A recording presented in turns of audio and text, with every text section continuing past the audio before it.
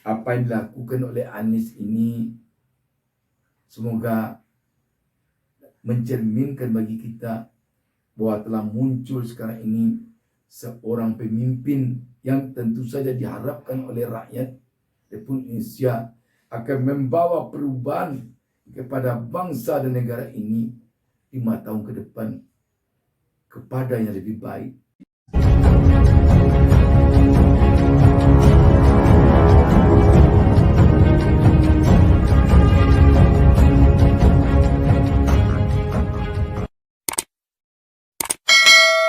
Assalamualaikum warahmatullahi wabarakatuh. Pada kesempatan ini saya kembali mendoakan sahabat BN dimanapun berada agar selalu mendapatkan berkah dari Allah Subhanahu Wa Taala Tuhan Yang Maha Esa. Sahabat BN, mengawali pertemuan kita ini saya langsung akan membacakan sebuah berita yang diturunkan wartaekonomi.co.id di bawah judul Momen Anies Baswedan jenguk tim Ahok, banjir doa dari netizen. .2 Sungguh negarawan sejati. Berita ini hari Sabtu tanggal 25 Februari 2023. Warta Ekonomi Jakarta. Iwet Ramadan yang dulu aktif di tim Ahok dan tim Jokowi mengunggah momen ketika Anies Baswedan dan istrinya Ferry Farhati menjenguk dirinya. Kunjungan itu diunggah Iwet Ramadan di akun Instagramnya @iwetramadan. Karena kejutan hidup banyak macamnya. Terima kasih Pak Anies Baswedan, Ibu Ferry Farhati untuk kunjungan, doa, madu, dan bunganya. Tulis Iwet melalui keterangan unggahannya. Momen itu kemudian dicuitkan ulang loyalis Anies Baswedan, Tata Ujiati, melalui akun Twitternya @tata_ujiati Jumat 24 Februari 2023. Kemarin Mas Anies dan Mbak Ferry menjenguk Mas Iwet Ramadan yang sedang sakit. Mas Iwet dulu aktif di tim Ahok dan tim Jokowi sejak 2019. Beliau aktif membantu berbagai kegiatan di Jakarta, termasuk Advis City, Branding Plus Jakarta. Semoga Mas Iwet lekas sehat, tulis Tata Ujiati sembari membagikan tangkapan layar Instagram momen tersebut.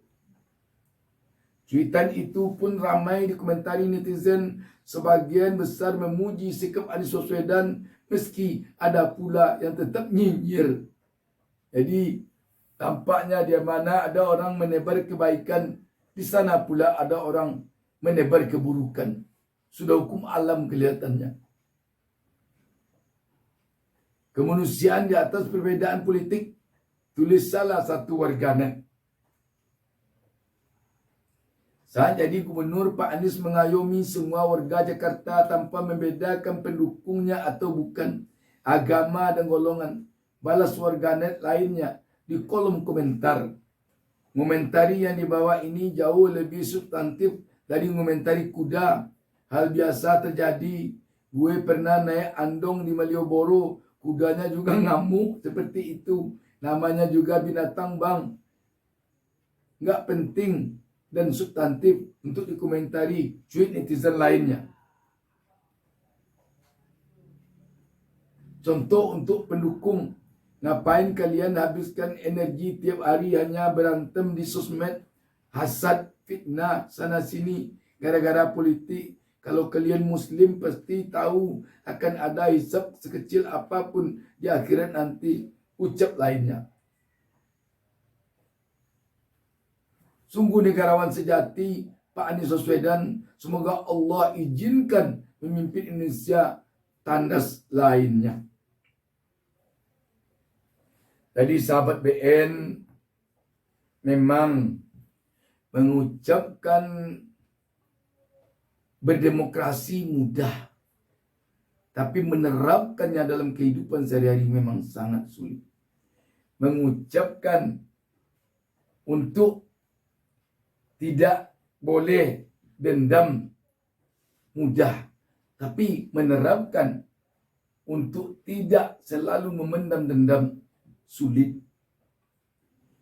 Mengucapkan perlu bersih hati mudah, tapi untuk membersihkan hati dari hasad, dengki, benci, dendam, fitnah tidak mudah. Karena itu untuk negara dan bangsa kita saat ini tampaknya kita masih perlu berupaya untuk menyamakan kata dengan perbuatan.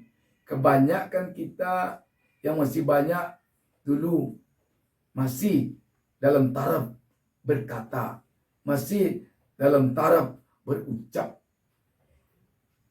tetapi belum lagi sama dengan berbuat. Banyak yang gaya orang, perkataan orang, ucapan orang seperti orang yang sangat jujur, seperti orang yang sangat baik, tetapi diam-diam perbuatannya bertolak belakang dari apa yang diucapkannya.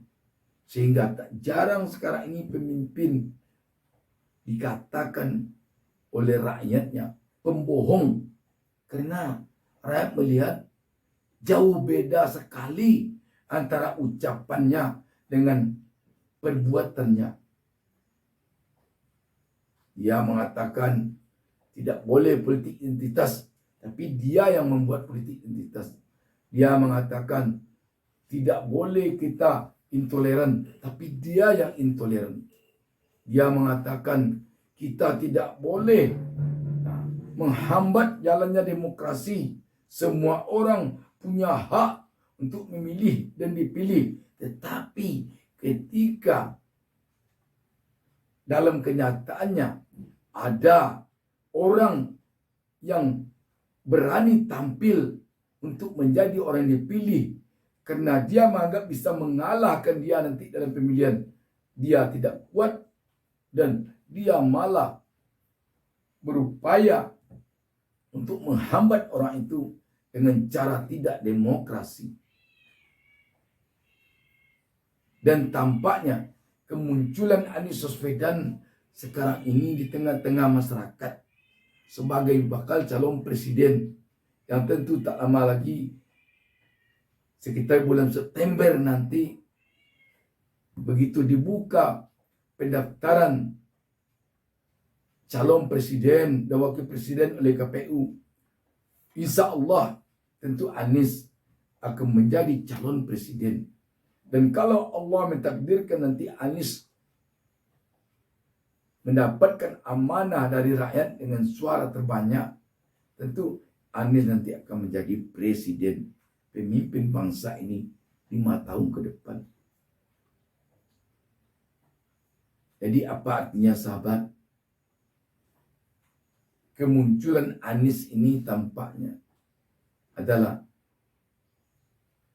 untuk membuka mata bangsa ini oleh Allah Subhanahu wa taala, oleh Tuhan yang Maha Pencipta, di dalam bersikap terhadap pentingnya demokrasi, terhadap pentingnya menghindari dengki, hasad, khianat,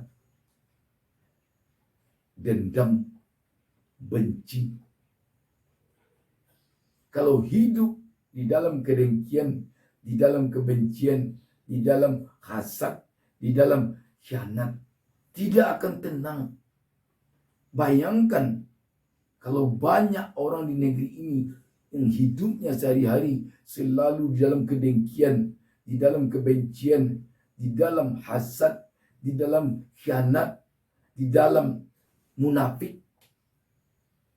Dapat dibayangkan kalau itu yang banyak di negeri ini, betapa kita akan merasakan ketidaktenangan di negeri ini.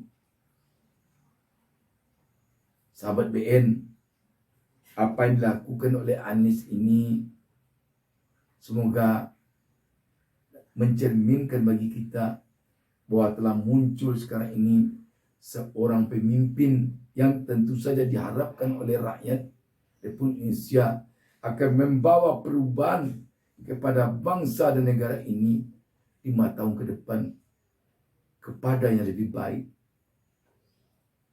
Kelelahan kita terhadap ekonomi, kelelahan kita terhadap suasana perpolitikan, kelelahan kita terhadap berbagai kekisruhan selama ini, tentu diharapkan oleh rakyat akan mengalami perubahan kepada ketenangan dalam berpolitik, ketenangan di dalam berdemokrasi, dan ketenangan di dalam menikmati hidup yang memunculkan kesejahteraan di bidang ekonomi. Insya Allah untuk 5 tahun ke depan. Demikian. Wassalamualaikum warahmatullahi wabarakatuh. Jangan lupa subscribe. Jangan lupa subscribe.